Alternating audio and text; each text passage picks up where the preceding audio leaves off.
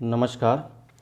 आज का जो हमारा टॉपिक है वो basically labour migration from Bihar.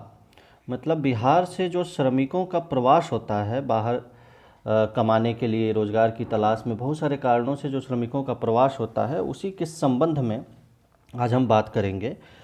सबसे पहले हम बात करते हैं कि व्हाट इज़ माइग्रेशन। माइग्रेशन आखिर होता क्या है? तो आप सिंपली वे में समझ सकते हैं कि माइग्रेशन ज्योग्राफी में बेसिकली ये होता है कि ह्यूमन का एक जगह से दूसरे जगह पर मूवमेंट, यानी मानव एक स्थान से दूसरे स्थान पर जाता है रहता है तो उसको प्रवास कहते हैं। कहने का मतलब ये है कि सामान्य शब्दों में अगर हम समझें तो जनसंख्या स्थानांतरण का तात्पर्य होता है कि अधिवास स्थल का परिवर्तन। लेकिन ईस्ट वेस्ट रिसर्च सेंटर ने इसको परिभाषित करते हुए कहा है कि अगर कोई भी व्यक्ति जब अपने अस्थायी अधिवास क्षेत्र से 7 रात्रि बाहर किसी अन्य स्थान पर बिताता है तो उसकी पहचान एक स्थानांतरित जनसंख्या के रूप में होती है। अब यह जनसंख्या जो है दोनों तरह का हो सकता है, या तो वो स्थानांतरण परमानेंट हो या टेम्पोररी हो, यानी अस्थाई हो या अस्थाई हो। और यह जो स्थानांतरण होता है उसमें एक निश्चित उद्देश्य छिपा होता है। अनादिकाल से ही मानव समूहों का विचरण होता रहा है। बिहार में भी काम की तलाश में मजदूरों का पलायन एक लंबा इतिहास रहा है। और ये विचरण जो है ये मानव भूगोल में जनसंख्या विचरण की विकसित प्रवृत्तियों की पहचानना और प्रवास के रूप में इसे इंगित किया गया है। इसके पूर्व के विचरण को प्रजातीय विचरण कहा जाता था, क्योंकि इस विचरण में मानवीय समूह मूलतः प्रजातीय समूह के रूप में होता था। बिहार की अगर बात करें तो बिहार में भी जो है प्रारंभ काल से ही जो है लंबा इतिहास रहा है कि मनुष्य या यहाँ के जो लोग थे वो ये स्थानांतरित होते रहते थे एक जगह से दूसरे जगह। कहने का मतलब है कि यूरोपीय पुनर्जागरण के बाद जो एक विकसित विचरण का पैटर्न चेंज हुआ है उसमें मेन जो पैटर्न था वो गंतव्य स्थल पर आधारित था। भूगोलवेत्ता हैगर स्टेंट के अनुसार कि आधुनिक जनसंख्या स्थानांतरण स्रोत और गंतव्य के बीच अंतराकर्षण का परिणाम होता है। कारण क्या था कि परिवहन बढ़ा, संचार बढ़ा, सूचना का साधन बढ़ा। इससे जो है सुदूर अवस्थित गंतव्य के विषय में भी पर्याप्त जानकारी संभव हो पाई और उसी जानकारी के आधार पर स्थानांतरण की दिशा तय हुई, उसका उद्देश्य तय हुआ, उसकी समय तय हुआ और उसका अवधि निर्धारित किया गया। कई सारे समाजशास्त्री और भूगोलवेत्ता के अनुसार जनसंख्या स्थानांतरण के 2 प्रमुख कारण हो सकते हैं। और वो जो दो प्रमुख कारण हैं वो ये कारण हो सकता है कि एक पुल फोर्स होगा, जो पुल फोर्स जो होगा डेस्टिनेशन की तरफ से आएगा, और पुश फोर्स जो होगा वो सोर्स की ओर से आएगा। और पुल फोर्स की उत्पत्ति क्या होगा कि जहाँ पे गंतव्य स्थल होगा, और पुश फोर्स जैसे मैंने बताया स्रोत केंद्र पे होता है। उसका बहुत सारे कारण हो सकते हैं। पुश फोर्स का कारण होगा कि जनसंख्या दबाव हो सकता है जिसके कारण खाद्यान्न में कमी हो सकती है, सीमित कृषि भूमि पर जनसंख्या भार अधिक हो सकता है, ये सब रीजन हो सकते हैं। इकोनॉमिक में आपका जो है आर्थिक कारक में बेरोजगारी हो सकता है, कम मजदूरी हो सकता है, आर्थिक स्रोत प्रॉपर नहीं अवेलेबल हैं, ये एक रीजन हो सकता है। सोशल कल्चरल रीजन में प्रजातीय, धार्मिक, जातीय एवं सामुदायिक कारण हो सकते हैं। जैसे भारत पाक का अगर विभाजन की बात करें तो वो भी एक तरह से सांस्कृतिक कारण ही था, जिसमें एक बहुत बड़े स्तर पे जो है स्थानांतरण हुआ। सेम कंडीशन पश्चिमी यूरोप में भी हुआ था अन्य क्षेत्रों में, जब प्रोटेस्टेंट धर्म के लोगों का स्थानांतरण हुआ था। उसके अलावे जो है आपका एजुकेशन एक बहुत बड़ा फैक्टर आजकल हो रहा है स्थानांतरण का। इन्वायरमेंटल फैक्टर है, जैसे कहीं पे सूखा पड़ गया, बाढ़ आ गया, तो इस तरह के कंडीशन जो है वो सोर्स क्षेत्र पे कार्य करते हैं और विवश करते हैं वहाँ के लोगों को दूसरा गंतव्य स्थल ढूंढने के लिए। और गंतव्य स्थल पे क्या होता है कि वहाँ अपॉर्चुनिटी आपको मिलेगी, रोजगार मिलेगा, सुरक्षा मिलता है, स्थायित्व और स्वतंत्रता मिलता है। तो ये सारे कारक जो हैं वो कहीं ना कहीं डेवलप होते हैं और इससे जो है माइग्रेशन संचालित होता है। अगर हम बिहार के माइग्रेशन का इतिहास देखें, जैसा कि मैं पहले भी कहा था कि 19वीं सदी के समाप्त होते होते एक चेंज आया था यहाँ के बेसिकली जो बिहार की जो जनसंख्या का जो माइग्रेशन हुआ था। जैसे हम जानते हैं कि बिहार जो है एक तो उर्वर वाला भी क्षेत्र है और दूसरा कि यहाँ की जनसंख्या काफ़ी अधिक है। तो अंग्रेज़ों की परमानेंट सेटलमेंट एक्ट 1793 में जो आया और अन्य औपनिवेशिक कानून के कारण उसका हाल बेहाल हो गया था। उद्योग धीरे धीरे नष्ट होने लगे थे, वर्ष दर वर्ष अकाल पड़ने लगा था, लोगों के पास रोजगार के कोई और अवसर नहीं था। तो स्थानांतरण ही एकमात्र बच गया था। जैसे अगर आप यहाँ पे देख पा रहे होंगे तो बिफोर कोलोनाइजेशन के पहले जो है लड़ाका जनजाति होती थी, जो बेसिकली मुगल सेना में भर्ती किया जाता था, और बाद में इसको ईस्ट इंडिया कंपनी ने भी जारी रखा। जब ईस्ट इंडिया कंपनी आई भारत में, तो बिहार में के मजदूरों को वो चाय बागान में, बंगाल के मिलों में, जो है निर्माण कार्य में, या विदेशों में भी बागानों को काम करने के लिए श्रमिक की आपूर्ति बिहार से होती थी, जिसमें आप अक्सर देखते होंगे। जिसमें मॉरिशस की हम चर्चा कर सकते हैं गन्ना की खेती के लिए, या त्रिनिदाद एंड टोबैगो की चर्चा करते हैं। तो ये सब क्या था, इसी दौरान जो है ये माइग्रेशन हुआ था, ना सिर्फ राष्ट्र के स्तर पे बल्कि अंतर्राष्ट्रीय स्तर पे भी।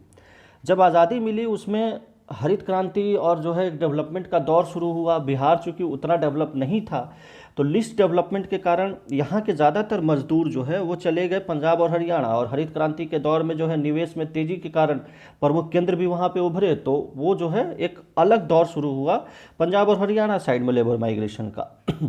वर्तमान समय में जो मुख्य गंतव्य स्थल बना हुआ है उसमें आप महाराष्ट्र को ले सकते हैं, दिल्ली के राजधानी क्षेत्र को ले सकते हैं, कर्नाटक, गुजरात को ले सकते हैं, जहाँ नए नए औद्योगिक केंद्र उभर कर आ रहे हैं। वो जो है बहुत हद तक वर्तमान समय में कारण बन रहे हैं गंतव्य स्थल का। एक सिंपल मैंने एक रिसर्च से यहाँ पे रखा है, जिसमें नीचे आप लोग देख पा रहे होंगे कि रेफरेंस भी दिया हुआ है। इसमें यही कहा है कि जो है 1990 के दशक के बाद सर्वाधिक केंद्र जो बना वो बिहार बना। लगभग 44 से 50 लाख बिहार मजदूर देश के अन्य भागों में काम करते हैं, और एक आईएसडी के अध्ययन के अनुसार 7 जिलों जहाँ पे उन्होंने अध्ययन किया था, जो सैंपल जिले थे, उसमें 58% परिवार ऐसे थे जहाँ कम से कम एक व्यक्ति प्रवास पे था। कुल कामगारों में प्रवासी कामगारों का प्रतिशत जो था, जो कि 1999 में 16 था, वो जो है 10 साल बाद बढ़ के लगभग 25% हो गया, यानी कि हर 4 व्यक्ति में से एक प्रवासी श्रमिक है। तो दूसरी तरफ जो है 7 जिलों में जो औसत सर्वाधिक प्रवासी मजदूर भेजने वाला जिला जो था उसमें गोपालगंज है, जिसमें 71.8%, मधुबनी में 71.8%।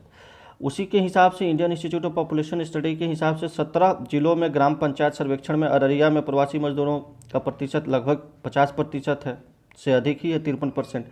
पूर्णिया में 48, शिवहर में 47, मुंगेर और गया में 44% है।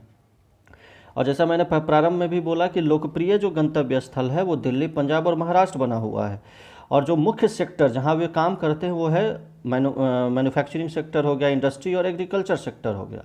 मतलब रोजगार की तलाश में बिहार से पलायन जो है एक सबसे प्रमुख कारण माना जा सकता है। अगर कारणों की हम चर्चा करें तो काम के लिए लंबी दूरी प्रवास जो है, और जो है मैक्सिमम आप देखेंगे कि पुरुषों का ही होता है, महिलाओं का बहुत ही कम है। एक अध्ययन के हिसाब से उसमें लगभग वो प्रतिशत 23% ही है जहाँ पे ये अध्ययन हुआ था। बाढ़ग्रस्त जो कोसी क्षेत्र है वहाँ भी काफ़ी संख्या में श्रमिक रोजगार की तलाश में बाहर जाते हैं, जिसमें सहरसा हो गया, मधेपुरा हो गया, सुपौल हो गया, दरभंगा हो गया, सीतामढ़ी हो गया, अररिया हो गया, किशनगंज हो गया, फारबिसगंज, पूर्णिया, कटिहार, इस सब रीजन से भी काफ़ी बड़े मात्रा में जो है मज़दूरों का पलायन होता है, और उसका मुख्य मकसद होता है रोज़गार की तलाश।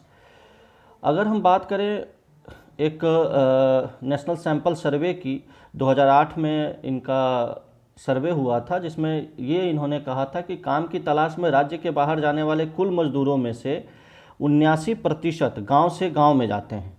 सिर्फ 12% बिहारी मजदूर गांव से शहर में नौकरी की तलाश में जाते हैं।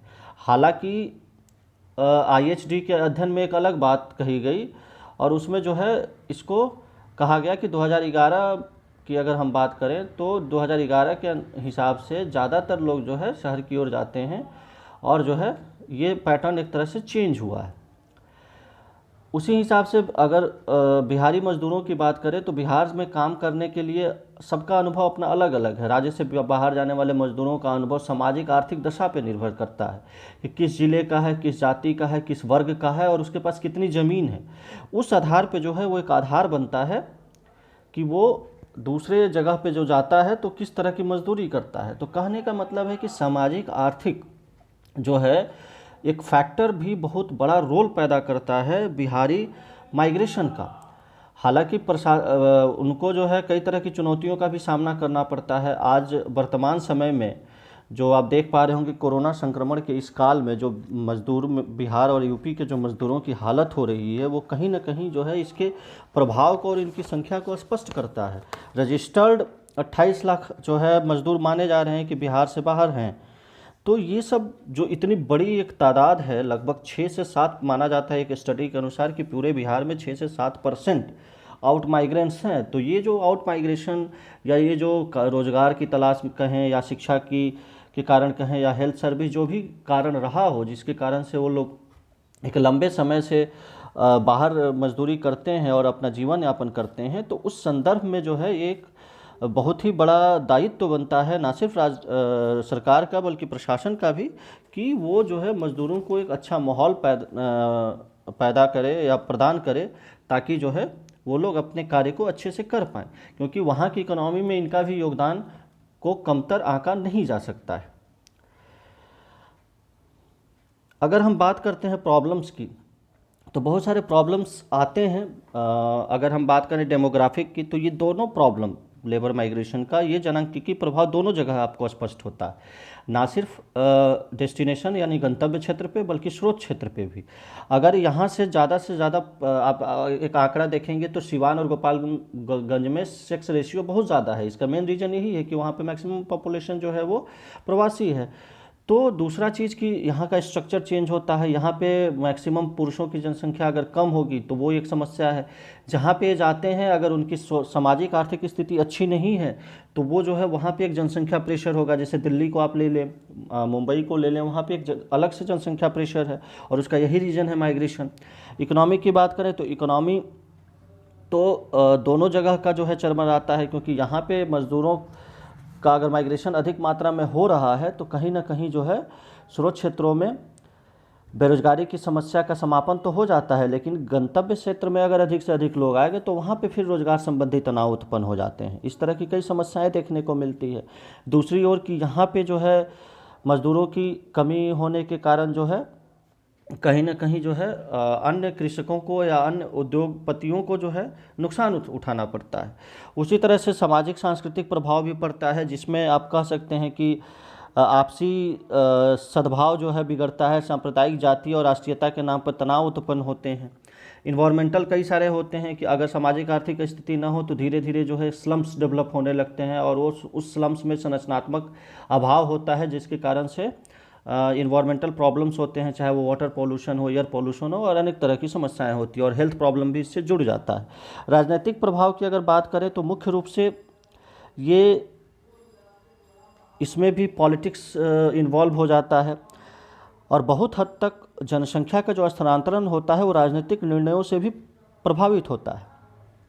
अगर कोई राजनीतिक सह प्रशासनिक निर्णय उचित नहीं है और वहाँ के लोगों के विकास और वहाँ के लोगों के सतत विकास पे फोकस नहीं कर रहा है तो मजबूरी हो जाती है लोगों का पलायन। और उस संदर्भ में जो है कहीं ना कहीं गरीबी से बाहर निकलने के लिए लोगों को बाहर निकलना ही पड़ता है काम के लिए। अगर उनको सार्वजनिक सेवा मुहैया कराने वाली व्यवस्था की क्षमता को दुरुस्त कर दिया जाए, जिसमें प्रवासी मजदूरों के परिवार को भी शामिल किया जाए, क्योंकि काफ़ी हद तक वो पाबंदी और घर से बाहर के लोगों की बातचीत करने की मनाही होती है उनको। स्थानीय प्रशासन को पुष्ट किया जाए, ज़्यादा से ज़्यादा रोजगार के अवसर प्रदान किए जाए तो शायद इस पलायन को रोका जा सकता है। हम इसके लिए शिक्षा बढ़ा सकते हैं, कामगार संसाधन केंद्र जो है स्थापित कर सकते हैं, इसके लिए जो है अलग से हेल्पलाइन जारी कर सकते हैं। तो ये जो स्रोत और गंतव्य का सहयोग है, इसके माध्यम से कई सारे प्रॉब्लम्स को दूर किया जा सकता है। तो कहने का ओवरऑल तात्पर्य यही है कि प्रवासी कामगारों को भी एक मर्यादित जीवन जीने का अधिकार है, क्योंकि उनका योगदान अर्थव्यवस्था में काफ़ी है और उसे हम किसी भी हालत में कम करके नहीं आंक सकते हैं। तो ये ज़रूरी होता है कि कार्यस्थल पर ही ना सिर्फ उनके लिए जो है सुरक्षा सुनिश्चित की जाए, जो है उनकी श्रम दक्षता को बढ़ाया जाए, उनके बीमारी से लेके हर तरह के इलाज की सुविधा की जाए, जबकि सामाजिक सुरक्षा दिया जाए, बल्कि ये भी ज़रूरत है कि जहाँ वो रह रहे हैं उस स्थान को भी स्वच्छ बनाया जाए, मर्यादित बनाया जाए।